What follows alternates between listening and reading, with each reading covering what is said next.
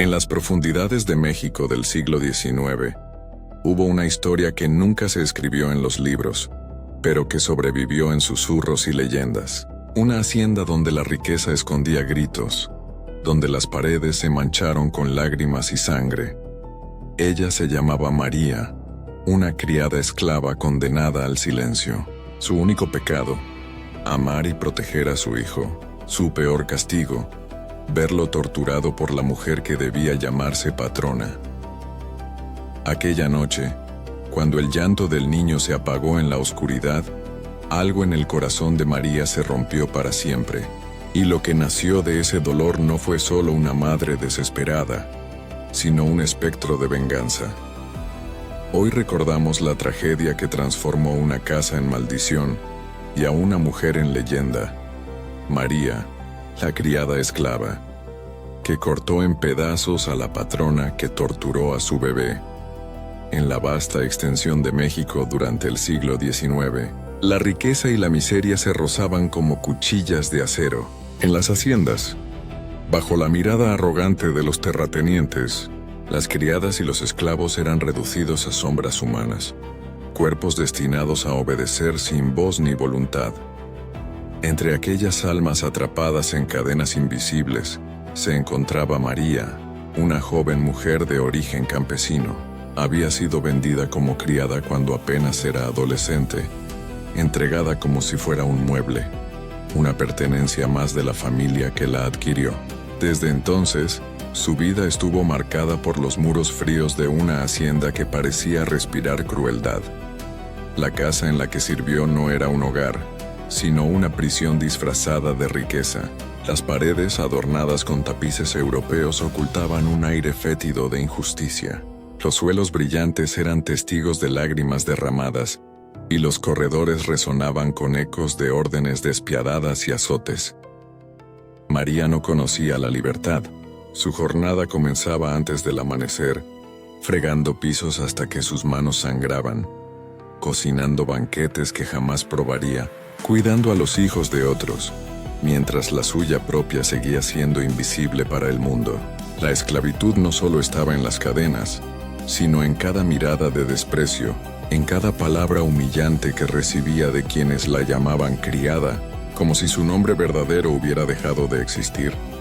Las noches eran aún más crueles. En la oscuridad, cuando todo parecía dormir, María se preguntaba si Dios la había olvidado, si su sufrimiento era eterno o si algún día habría justicia. Los rezos se perdían en el eco del silencio, y cada amanecer era una nueva condena. En ese ambiente de sometimiento y dolor, lentamente comenzó a gestarse la tragedia que, años después, convertiría a María en un nombre prohibido, un susurro de terror en la memoria de todo un pueblo.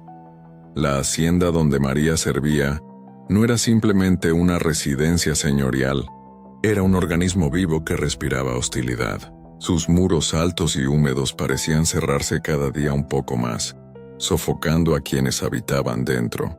Las ventanas con rejas oxidadas dejaban entrar la luz apenas lo suficiente para iluminar el polvo suspendido en el aire, como si la casa se alimentara de la penumbra.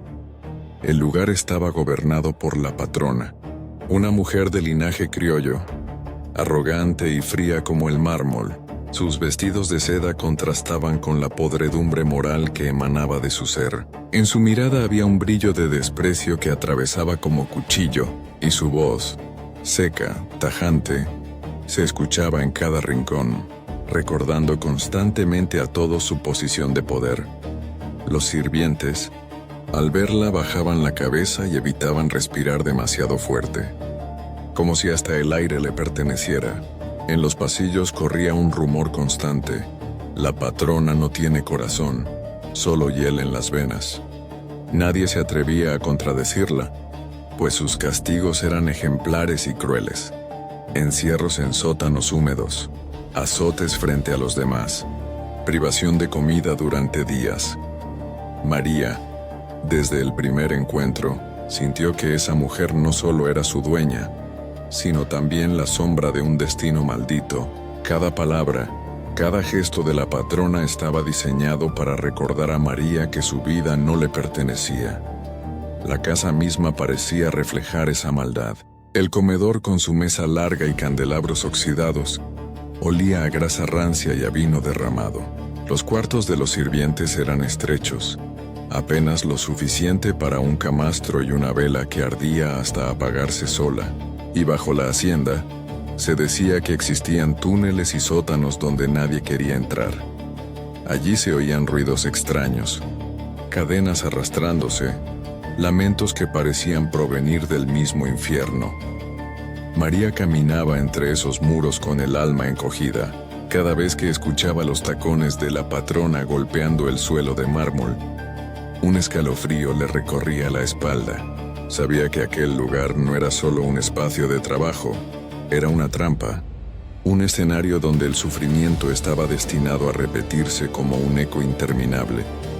El secreto más grande de María no era su dolor ni sus cicatrices, era un niño, un pequeño nacido en silencio, en la penumbra de una madrugada donde nadie debía enterarse.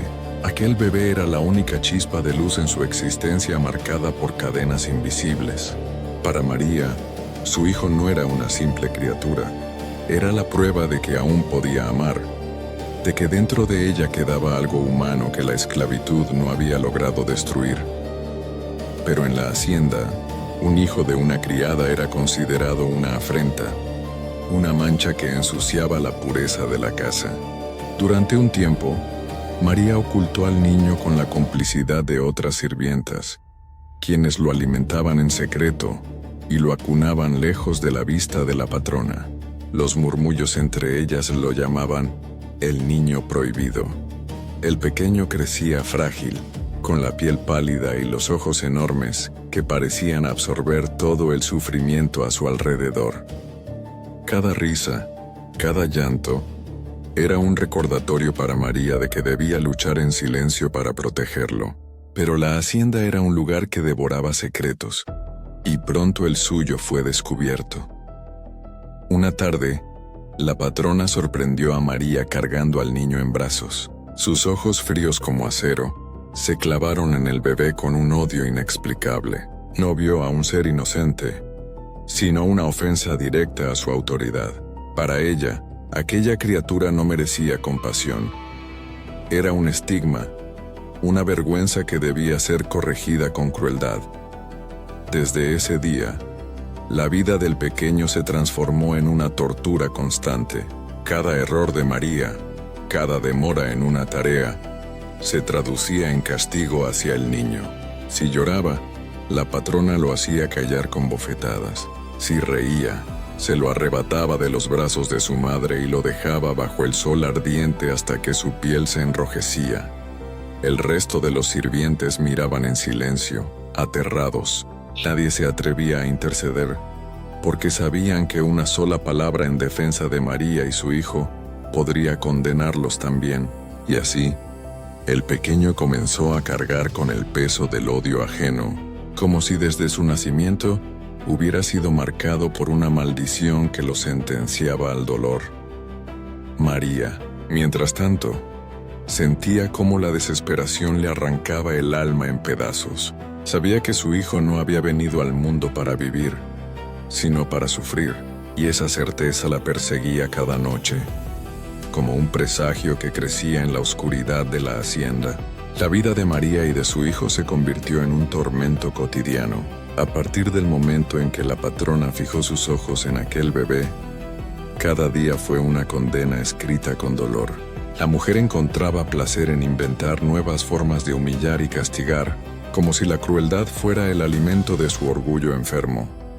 María debía trabajar de sol a sol, y aún así cada tarea era considerada insuficiente. Si la ropa no quedaba perfectamente blanca, la arrojaban al barro y la obligaban a lavarla de nuevo hasta que las manos sangraban.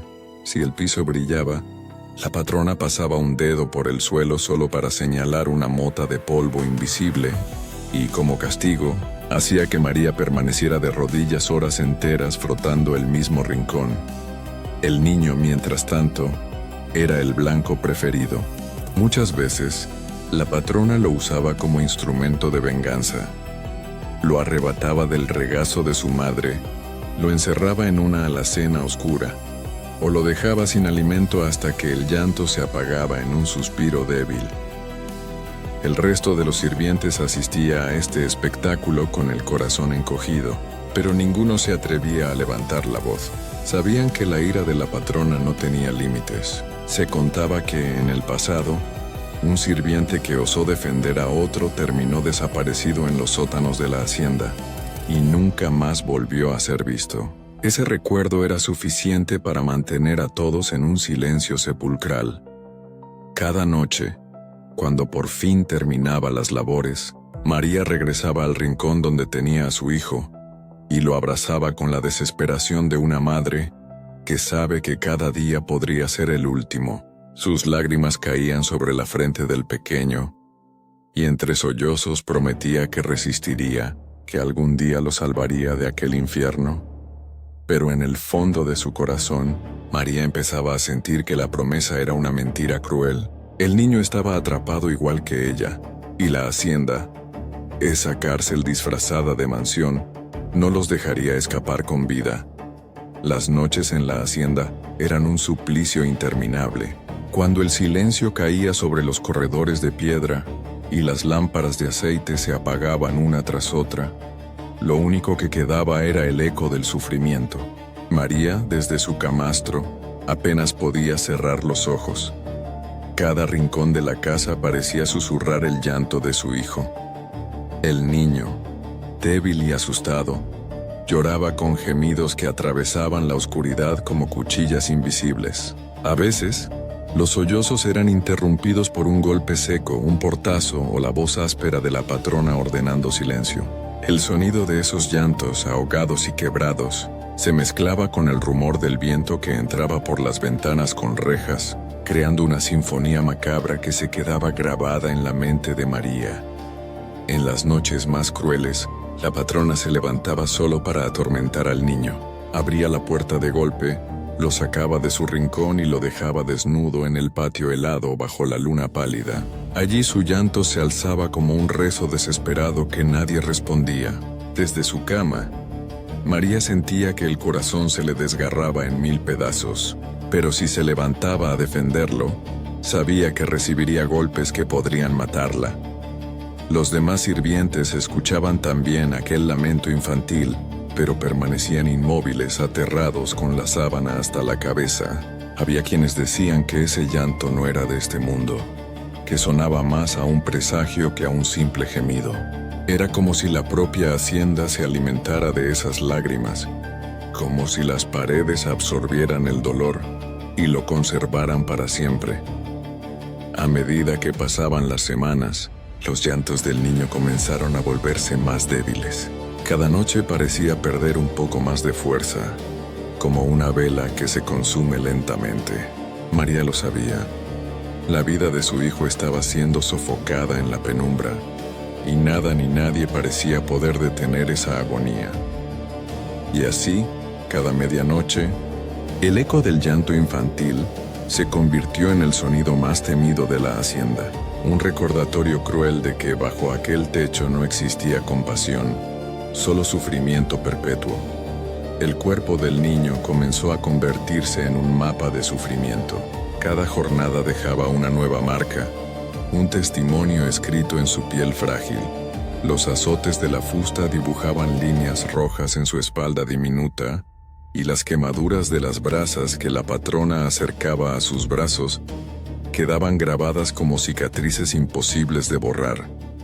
María, obligada a presenciar aquel calvario, sentía que cada herida infligida a su hijo era también un tajo en su propia carne. Había noches en que, mientras el niño dormía exhausto, ella acariciaba sus brazos cubiertos de moretones y murmuraba oraciones entre dientes, implorando un milagro. Pero los milagros nunca llegaban a la hacienda, un lugar donde Dios parecía haber cerrado las puertas. La patrona disfrutaba de la humillación pública. Frente a los demás sirvientes, levantaba al niño por los cabellos, lo zarandeaba y señalaba sus lágrimas como si fueran prueba de la debilidad de su madre. Así termina la sangre de los esclavos, decía con voz helada, mientras los demás bajaban la cabeza, incapaces de mirar. El pequeño comenzó a enfermarse. La fiebre lo consumía en las noches y sus respiraciones se volvían cortas, agitadas. María, con paños húmedos, intentaba bajar la temperatura, pero sin medicinas ni descanso, la enfermedad se aferraba a él como una sombra. El niño gemía entre sueños, y en su voz quebrada se escuchaba el eco de un sufrimiento que ningún infante debería conocer. Los rumores entre los sirvientes crecían. Algunos afirmaban que el niño estaba marcado, que su destino no era vivir sino morir lentamente bajo las manos crueles de la patrona. Otros decían que la casa misma se alimentaba de su dolor, que cada gota de sangre absorbida por el suelo era parte de un pacto no escrito con la oscuridad. María, cada día más agotada, comprendía que su hijo se estaba apagando. Las cicatrices en su piel eran como letras grabadas en piedra. Un mensaje cruel que anunciaba que la inocencia había sido asesinada. Y con cada herida nueva, la semilla del odio germinaba en el corazón de María, creciendo silenciosamente, esperando el momento de florecer en furia. El destino parecía empeñado en exprimir hasta la última gota de resistencia en el corazón de María. Durante meses había soportado insultos, golpes y humillaciones, convencida de que si callaba, tal vez salvaría a su hijo. Pero una noche, la crueldad de la patrona alcanzó un punto de no retorno. La jornada había sido larga y agotadora. María, con las manos heridas y los pies hinchados, apenas podía sostenerse en pie. El niño enfermo y febril lloraba débilmente en un rincón. Fue entonces cuando la patrona irrumpió en la habitación, con esa sonrisa torcida que siempre presagiaba desgracia. Tu hijo no es más que un estorbo, un animal enfermo. Escupió, mientras lo arrastraba del brazo. María suplicó de rodillas, pero sus palabras rebotaron contra el mármol frío del piso. La patrona, con un gesto brutal, arrojó al niño contra el suelo y comenzó a golpearlo con una vara, una y otra vez, hasta que los gritos se confundieron con el ruido seco de la madera. El eco de aquel llanto desgarrador recorrió los pasillos como un relámpago. Los sirvientes se ocultaron, aterrados, incapaces de intervenir. El aire parecía más denso, como si la casa misma celebrara la violencia que presenciaba. María corrió hacia su hijo cuando por fin la patrona se marchó. Lo encontró apenas respirando, con los labios morados y los ojos vidriosos. Lo tomó entre sus brazos, temblando, y sintió cómo el calor de la fiebre y el frío de la muerte se mezclaban en aquel cuerpecito diminuto. En ese instante, algo dentro de María se quebró para siempre. Las lágrimas dejaron de ser súplicas y se transformaron en silencio. Un silencio que escondía una furia indescriptible. No era solo el dolor de una madre, era la chispa de un incendio que pronto lo consumiría todo. Aquella noche, bajo la luz enferma de la luna, María comprendió que ya no había nada que perder. Y cuando una madre pierde el miedo, se convierte en la criatura más peligrosa que pueda existir. La noche en que el corazón de María se quebró, también nació algo nuevo en ella. Una furia ancestral, indomable, que solo una madre herida podía despertar. Ya no lloraba, ya no suplicaba. Sus ojos, antes hundidos en la tristeza, comenzaron a brillar con una luz oscura, como brasas encendidas en el fondo de un pozo.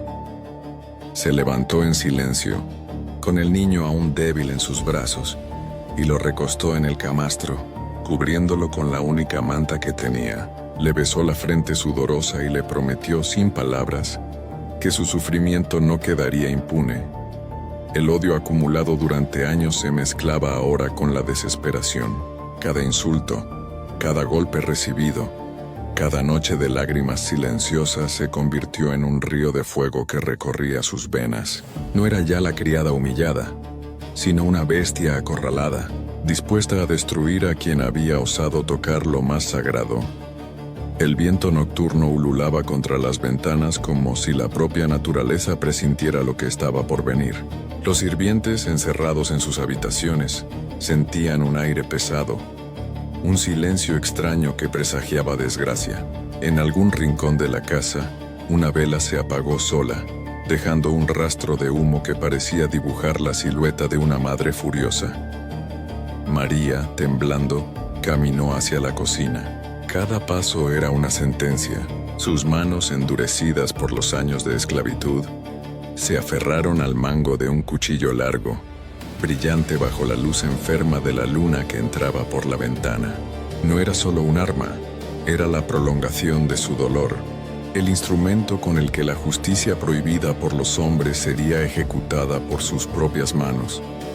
En su mente resonaban los llantos de su hijo, los golpes de la vara, la risa cruel de la patrona.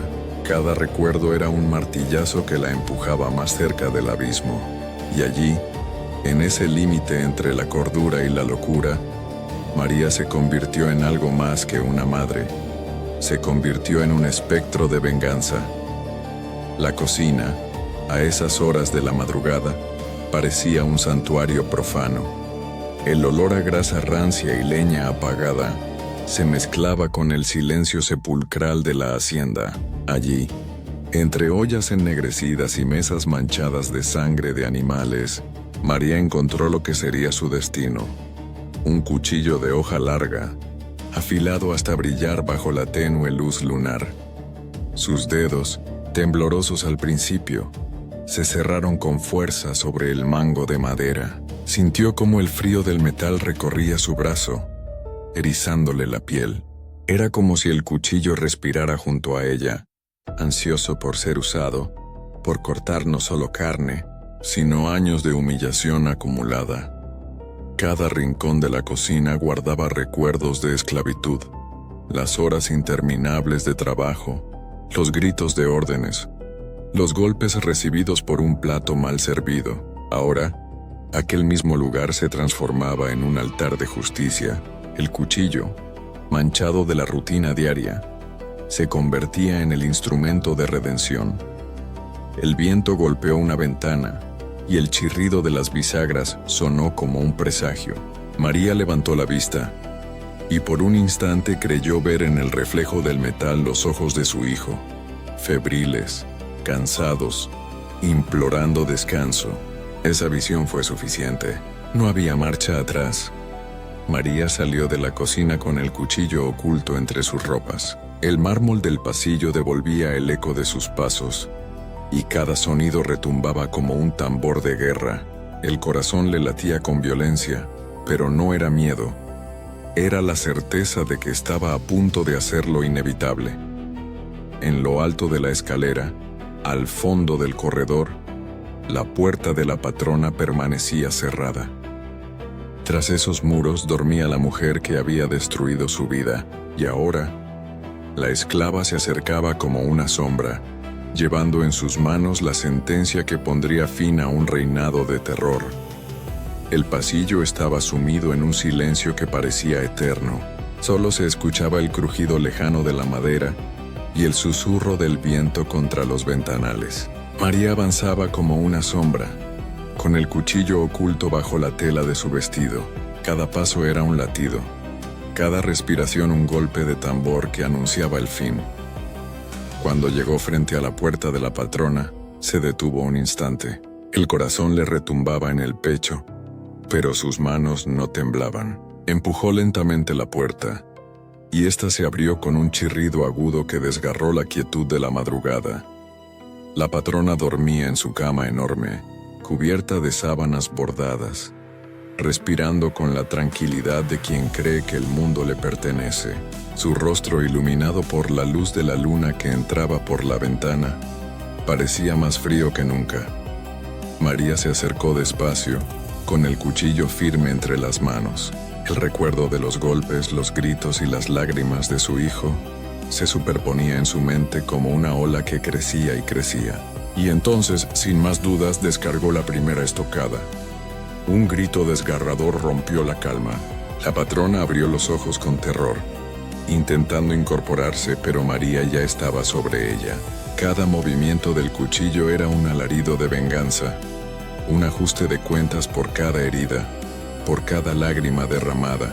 La habitación se llenó de un olor metálico, espeso, mientras la sangre manchaba las sábanas de blanco inmaculado. La patrona intentó pedir clemencia, pero las palabras se ahogaron en su propia garganta. María en trance no escuchaba. Para ella, no era solo una mujer la que caía bajo el filo, sino todas las injusticias acumuladas a lo largo de su vida. Finalmente, cuando la respiración de la patrona se extinguió en un gorgoteo débil, María se detuvo. El cuchillo cayó de sus manos tintineando contra el suelo. El silencio volvió a la habitación, pero ya no era el mismo. Era un silencio pesado, impregnado de muerte. En medio de las sombras, con el cuerpo ensangrentado frente a ella, María sintió que algo había cambiado para siempre. Ya no era esclava, ya no era víctima, era la vengadora, la madre que había escrito su justicia con sangre. La hacienda entera pareció despertar con un estremecimiento. El grito de la patrona, ahogado en sus últimos alientos, había recorrido los muros como un eco maldito, y después solo quedó el silencio. Un silencio cargado de miedo, roto apenas por el goteo constante de la sangre que caía al suelo, formando charcos oscuros bajo la cama. Los sirvientes, en sus cuartos, se miraban con ojos desorbitados. Nadie se atrevía a abrir las puertas, pero todos sabían lo que había ocurrido. El aire estaba impregnado de un olor metálico, tan fuerte que parecía colarse por cada rendija. Era el olor de la venganza hecha carne. María permanecía de pie, con el cuerpo de la patrona destrozado frente a ella. Su vestido estaba empapado en sangre, pegajoso, pesado, como si la prenda misma se hubiera transformado en una mortaja. En su rostro no había lágrimas ni arrepentimiento, solo una calma extraña. La calma de alguien que ya ha cruzado el umbral de lo prohibido. De pronto, un golpe seco retumbó en el pasillo. Alguien había dejado caer un balde al suelo al escuchar el estrépito. Inmediatamente, se desataron murmullos ahogados, pasos apresurados, el sonido de puertas entreabriéndose. El terror se expandía como un incendio invisible. En la habitación, la escena era un infierno tangible. Las sábanas blancas estaban teñidas de escarlata, las paredes manchadas por salpicaduras oscuras, y el cuchillo, caído a un costado, brillaba todavía con destellos rojos. Cada rincón parecía respirar, como si la casa hubiera esperado siglos para presenciar ese sacrificio. María dio un paso atrás, observando el caos que había provocado. El latido de su corazón ya no era de miedo, sino de una fuerza desconocida. Había liberado algo más que su rabia. Había liberado un demonio que nunca volvería a dormir. Y en aquel instante, mientras los sirvientes murmuraban oraciones entre dientes y el viento hacía temblar las ventanas, la hacienda se convirtió en un mausoleo de horror. Una casa donde desde esa noche, los fantasmas no dejarían nunca de caminar. El amanecer no trajo calma a la hacienda. La primera luz del día reveló el horror como si fuera un lienzo maldito. Los sirvientes, obligados por el pavor y la curiosidad, finalmente entraron en la habitación. Allí encontraron el cuerpo mutilado de la patrona, la sangre ya seca formando sombras en las paredes, y un silencio denso que parecía gritar más que cualquier voz. María no huyó. Permanecía sentada junto a la cama, con la mirada perdida, las manos aún manchadas de rojo. No intentó defenderse ni ocultar lo sucedido. Era como si el acto de venganza hubiera consumido toda su fuerza y la hubiera dejado vacía, un cascarón que solo respiraba por inercia. Los guardias de la hacienda llegaron al poco tiempo, alertados por los gritos de los sirvientes. La ataron con sogas ásperas y la arrastraron por el pasillo como si fuera un animal sacrílego. Mientras avanzaba, los demás la miraban con una mezcla de horror y reverencia. Había hecho lo impensable, lo que todos temían, lo que nadie se atrevió a intentar. En el pueblo cercano, la noticia corrió como pólvora. La criada mató a la patrona, murmuraban en las calles. Unos la maldecían, otros la admiraban en secreto. Para muchos, María ya no era solo una mujer, sino un mito que encarnaba tanto la tragedia como la justicia prohibida. El juicio fue rápido y despiadado. Nadie escuchó sus palabras. Nadie mencionó el sufrimiento de su hijo. El tribunal solo vio a una esclava que había desafiado la jerarquía y derramado sangre noble. La sentencia fue clara: muerte. En la celda húmeda donde esperaba su final, María rezó por última vez. No pidió perdón ni salvación, solo pidió que el alma de su hijo no quedara atrapada en la hacienda, que encontrara un lugar donde el dolor no existiera. El precio de la venganza estaba escrito: su vida a cambio de la justicia, arrancada a cuchilladas. El día de la ejecución llegó con un cielo gris, cargado de nubes pesadas que parecían presagiar desgracia. María fue llevada a la plaza del pueblo, atada y rodeada por guardias. La multitud se agolpaba para presenciar el castigo, algunos con curiosidad morbosa, otros con lágrimas contenidas. Antes de que la sentencia se cumpliera, María levantó la cabeza y, con una voz firme que parecía provenir de un abismo, pronunció sus últimas palabras: que mi dolor nunca se apague, que esta casa, y todos los que callaron ante su crueldad, sean condenados a escuchar para siempre el llanto de mi hijo. El silencio cayó sobre la multitud, y cuando la vida se extinguió en ella, muchos juraron ver un destello oscuro recorrer el aire, como un humo espeso que no se disipaba. Desde esa noche, la hacienda dejó de ser un lugar de trabajo y se transformó en un recinto maldito. Los sirvientes que sobrevivieron aseguraban que, en la penumbra, se escuchaba el sollozo de un niño, acompañado por el arrastrar de pasos femeninos. Otros afirmaban haber visto a una mujer con el vestido empapado en sangre, caminando por los corredores, con el cuchillo aún en la mano. El miedo se extendió tanto que la familia de la patrona abandonó la propiedad. Con el tiempo, las paredes se cubrieron de moho, las ventanas se rompieron, y la casa entera quedó sumida en el abandono. Pero aunque la hacienda se hundía en ruinas, los rumores crecían como raíces venenosas en la memoria del pueblo. María ya no era solo una criada esclava, ahora era un espectro, un susurro que se filtraba en los sueños, un recordatorio eterno de que la injusticia y el dolor nunca mueren. Se transforman en fantasmas que no descansan jamás. El tiempo pasó, pero la memoria de María nunca desapareció. Décadas después de su muerte, los ancianos del pueblo aún hablaban de ella con voz baja, como si nombrarla en voz alta pudiera invocar su furia. Los niños eran advertidos de no acercarse a la hacienda abandonada. Si entras, escucharás el llanto del niño y la respiración de su madre, decían las madres mientras apretaban la mano de sus hijos, y muchos aseguraban que aquellos que se atrevieron a cruzar los muros en ruinas jamás regresaron con la misma mirada. En las noches sin luna, los campesinos que trabajaban en los campos cercanos afirmaban ver luces temblorosas dentro de la hacienda, como velas encendidas en honor a un altar invisible. Otros contaban que al pasar frente a las ventanas rotas, una figura femenina observaba en silencio, con los ojos brillando como carbones encendidos. Las historias crecieron como raíces envenenadas. Unos decían que se oía el arrastrar de cadenas por los corredores. Otros hablaban de cuchillos que aparecían manchados de sangre fresca sobre las mesas.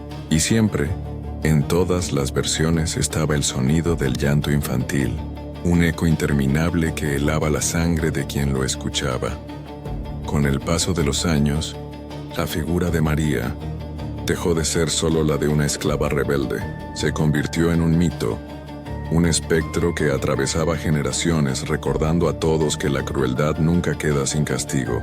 Su nombre ya no pertenecía a los vivos, sino al reino de las sombras, donde las historias se transforman en advertencias eternas. Hasta hoy, en las cantinas y fogatas del pueblo, cuando alguien cuenta la historia de la hacienda maldita, siempre termina con las mismas palabras: cuidado con el llanto de María, porque donde lo escuches la desgracia ya está cerca. El tiempo borró rostros, nombres y familias enteras, pero nunca pudo borrar la sombra de María. La hacienda se convirtió en ruinas, cubierta de maleza y polvo, pero incluso en su silencio decadente seguía viva la leyenda. Generaciones enteras crecieron escuchando la historia de la criada esclava que, en un arranque de furia materna, destrozó a su patrona y condenó la casa con su último aliento.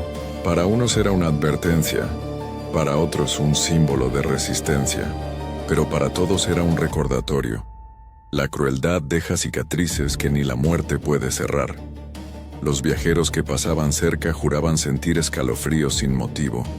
Algunos afirmaban escuchar pasos detrás de ellos, aunque el camino estuviera vacío. Otros decían haber visto a una mujer vestida de harapos ensangrentados, observándolos desde la distancia, con un cuchillo en la mano y ojos encendidos por un odio eterno. El mito de María ya no pertenecía al pueblo donde nació, sino al imaginario de toda la región.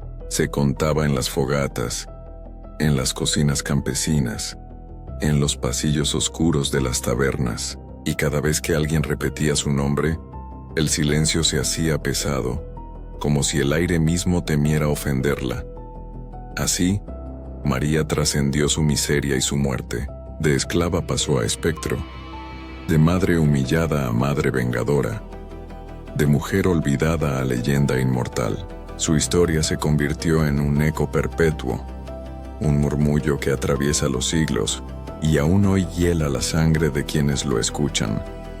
Porque mientras en algún lugar del mundo se recuerde el llanto de un niño, el espíritu de María seguirá caminando en la oscuridad, buscando justicia entre las ruinas.